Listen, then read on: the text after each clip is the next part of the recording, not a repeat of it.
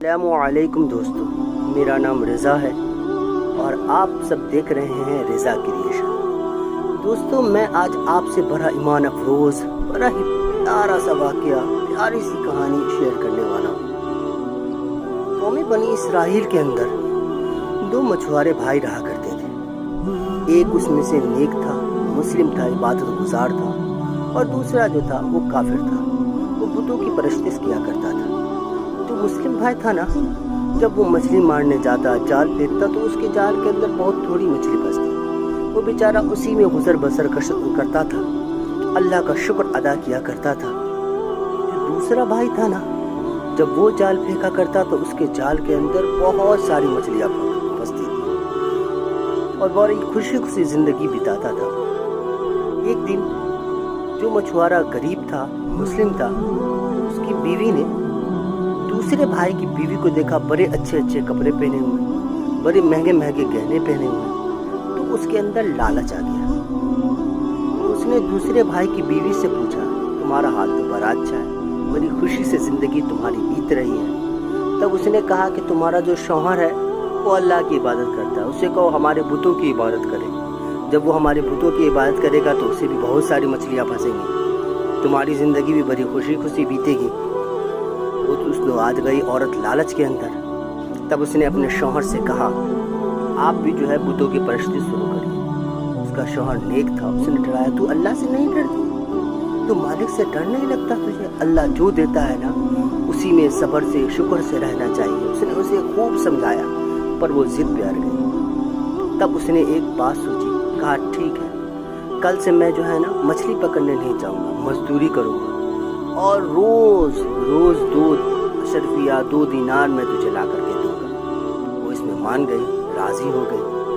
ٹھیک ہے، وہ شخص روزانہ اب یہی کرنے لگا، روزانہ جاتا، مگر اللہ کی حکمت ایسی تھی کہ اسے کوئی کام ہی نہ ملا۔ وہ صبح سے شام تک کام کھوجتا رہا۔ جب دن چڑھ گیا، کام نہ ملا، تھک گیا، تو پھر اس نے کہا کہ چلو، لوگوں کی مزدوری نہیں ملتی تو بادشاہ کی مزدوری کرتے ہیں، اللہ کی عبادت کرتے ہیں۔ وہ اللہ کی عبادت کے اندر لگ گیا۔ وہ ظہر سے عصر تک بہت عبادت کیا، بہت عبادت کیا، اور جب شام ہوا تو اپنے گھر لوٹ گیا۔ جب گھر لوٹ رہا تھا تو اس نے سوچا کہ میری بیوی تو ضرور ہلہ کرے گی۔ اس نے ایک بہانہ سوچ لیا۔ جب وہ گھر پہنچا تو اس کی بیوی نے کہا، یہ کیا ہوا، پیسے نہیں لائے؟ تو کہا، میرا بادشاہ جو ہے نا وہ بڑا کریم ہے، سبھی مانگ رہے ہیں، مگر مجھے حیا آ گئی اس کا کرم دیکھ کر کے، میں نے اس لیے اس سے نہیں مانگا۔ پھر دوسرے دن، تیسرے دن، ایسے کرتے کرتے، بہانہ کرتے کرتے 29 روز گزر گیا۔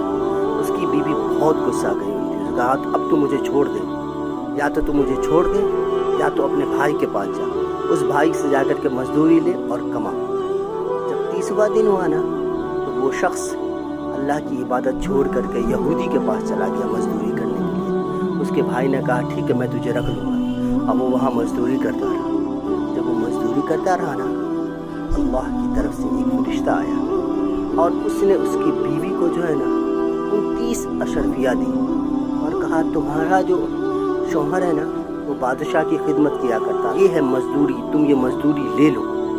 اس نے مزدوری لے لیا اور وہ عورت بازار گئی، اور بازار جانے کے بعد اسے ایک ایک اشرفی کے 1000 دینار ملے۔ جب وہ شام کو اس کا شوہر واپس لوٹا تو اس نے اپنے شوہر سے یہ سارا کا سارا واقعہ سنایا۔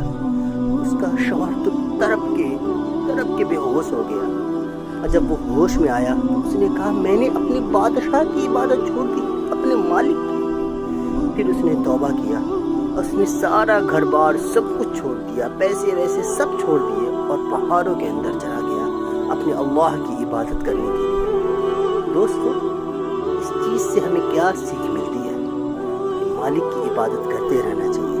مالک بندے کو آزماتا ہے، اسے کم دے کر، کبھی زیادہ دے کر وہ اسے آزماتا رہتا ہے، مگر اس کا راہ، اس کا در نہیں چھوڑنا چاہیے، کیونکہ وہ خزانوں قدرتوں کا مالک تو وہی ہے نا۔ جب چاہے تو بندے کا دامن لبریز کر دے، پورا کا پورا بھر دے، اس لیے اس کا دربار نہیں چھوڑنا چاہیے۔ اس کا در چھوڑ کے کدھر جائیں گے؟ دوستو، ایسی ہی کہانیاں سننے کے لیے چینل کو سبسکرائب کریں، لائک کریں اور کمنٹ بھی کریں۔ اللہ حافظ دوستو۔